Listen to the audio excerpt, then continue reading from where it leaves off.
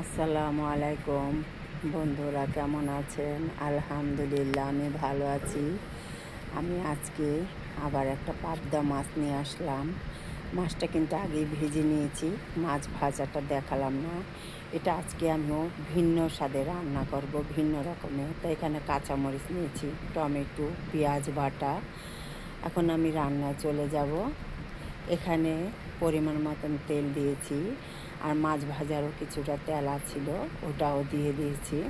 পেঁয়াজটা দিয়ে দিলাম, বাটা পেঁয়াজ দিয়েছি। পেঁয়াজটা ভালো করে একটু ভেজে নিতে হবে যাতে কাঁচা ভাবটা চলে যায়। এখন এখানে দিয়ে দিব কাঁচামরিচ। কাঁচামরিচ বেটে নিয়েছি, এখানে কিন্তু শুকনো মরিচ দিব না, কাঁচামরিচটাই দিব। কাঁচামরিচ দিয়ে রান্না করব। ভালো করে কষিয়ে নিলাম, দিয়ে দিলাম আদা আর রসুন বাটা পরিমাণ মতন। এটা এখন ভালো করে কষিয়ে নিব। দিয়ে দিলাম পানি।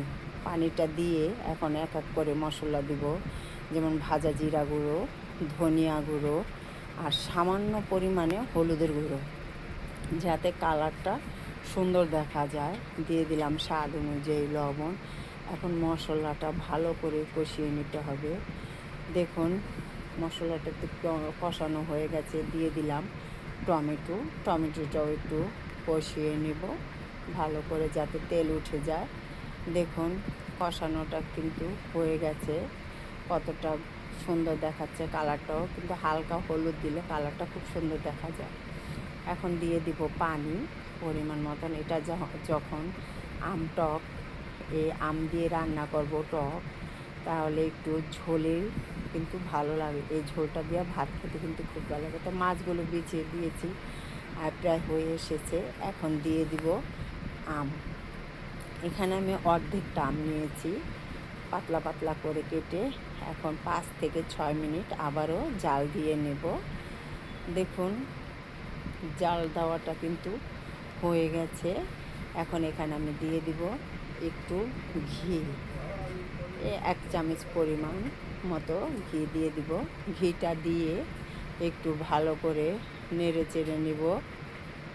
দেখুন ঘিটা দিয়ে নিলাম। এখন এটা কিন্তু প্রায় হয়ে এসেছে। এখন আমি এটা নামিয়ে নিব। দেখুন নামিয়ে নিলাম, কত সুন্দর দেখাচ্ছে। এই ঝোলটা দিয়ে ভাত খেতে কিন্তু অনেক মজা লাগে, অনেক। তাই দেখুন এভাবে বানিয়ে খাবেন বন্ধুরা। যদি ভিডিওটা ভালো লাগে একটা লাইক, শেয়ার, কমেন্ট করে জানাবেন।